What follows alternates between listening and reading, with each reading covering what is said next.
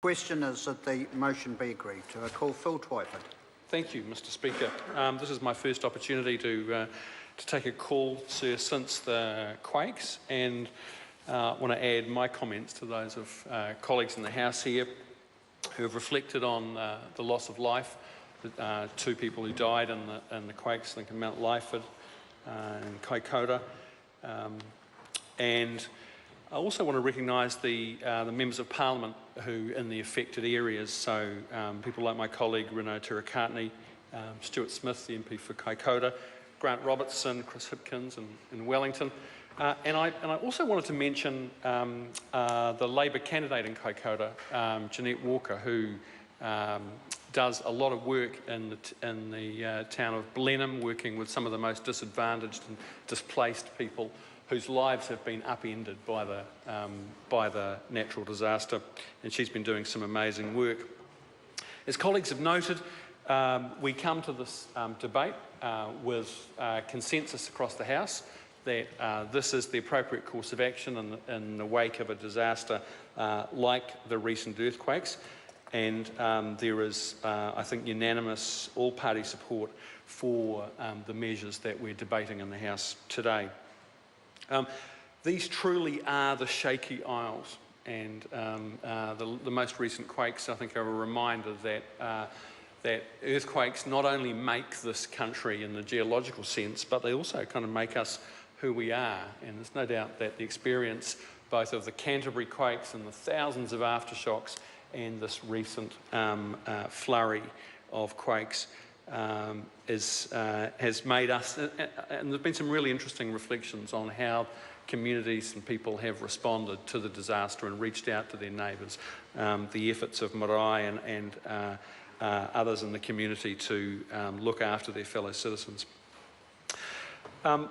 Notwithstanding the general atmosphere of non-partisan commitment to the recovery and transition, there are some serious questions, Sue, that need to be answered, some of which we're debating with these bills. So, for example, why did so many modern buildings sustain such serious structural damage in the earthquakes? And I was pleased to see Nick Smith, the Honourable Dr Nick Smith, Minister of Building and Construction, announce that there would be, and I think within a couple of days of the quakes, announced that there would be an inquiry into that. And so that's one of the really pressing issues. But there are others. I think a lot of people around the country have been asking why we don't have, in a country that is so prone to earthquakes, why we don't have a decent nationwide coverage of a tsunami warning system.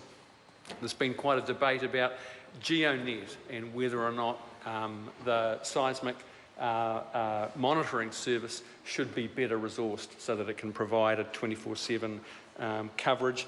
And then I suppose the other one, Sir, is for all of the people whose homes and assets and businesses have been damaged or destroyed by the quakes, whether or not the insurance companies and EQC have learned the lessons of Canterbury, where there's no question that that much of the pain and the protracted delays in the rebuild in Canterbury were a result of the insurance companies and EQC not living up to their side of the bargain. And so it's our hope, Sir, that those hard questions will be dealt with.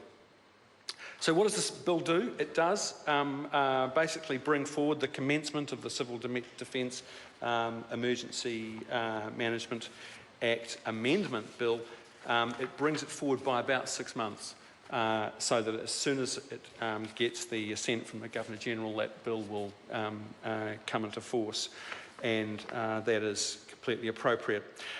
What it does also is gives the powers for building owners to be required to carry out assessments and evaluations in the wake of a natural disaster like one of these earthquakes or a flood, for example.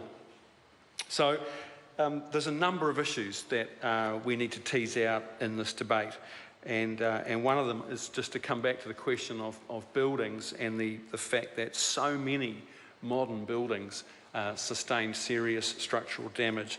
I think that not only is it appropriate that the procedures are in place for a very speedy assessment and appropriate assessment of buildings that are damaged by earthquakes, but I think we've also got to really ask some hard questions about whether or not we have a problem in New Zealand with compliance with the building code and the standards within the building code.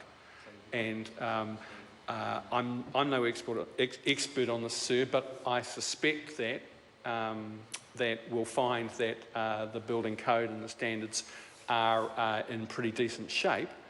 But actually, there's a real problem with compliance, and there are many buildings out there that are apparently built to code, but in fact are exposed in an event like this as falling woefully short of the standards that are required.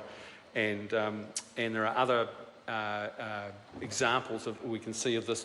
The epidemic of shoddy building in Auckland that's going on at the moment is one example of it. But there's, in Masterton recently, the local paper there has been running stories about several buildings in the main township of Masterton that are unbelievably falling short of the standards in the building code and have major structural problems. So that raises some pretty serious concerns for us that are exposed and highlighted in the event of a disaster like this.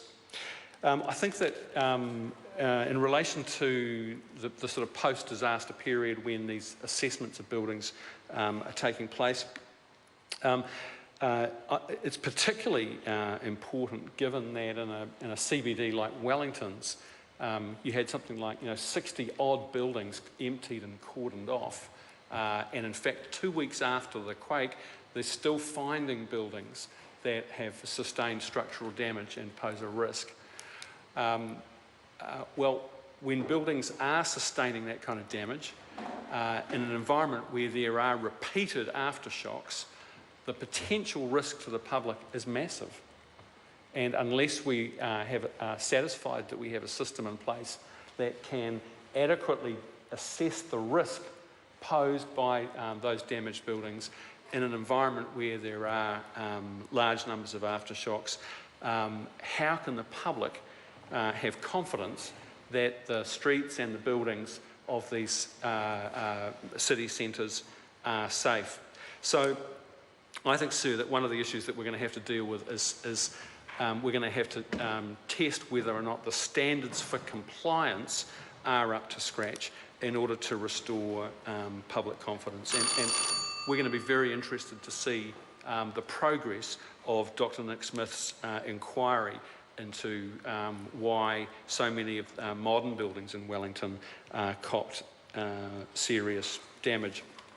So there are some other issues that I think emerge out of this. The assessments themselves need standards, and I think I imagine that colleagues have already commented on how surprised they were that there are in fact no powers to compel building owners to undertake these assessments. So there's a huge gap here, and so this bill appropriately gives those powers. But I think we also want to see, and I suspect probably risk-based assessment, risk-based standards, so that timely assessments can be done that won't be unduly expensive or time-consuming. So given the wide range of possible buildings and situations that need to be taken into account. The information from the assessments will be critical. So how we gather up the data that is generated by these assessments will be hugely important. It will be a hugely important source of data in how we respond to future earthquakes. And it's critical that we learn the lessons as the Royal Commission attempted to do in relation to the CTV building collapse in Canterbury. We have to learn the lessons from these earthquakes to ensure that we're constantly improving our system in order to give public confidence. Thank you.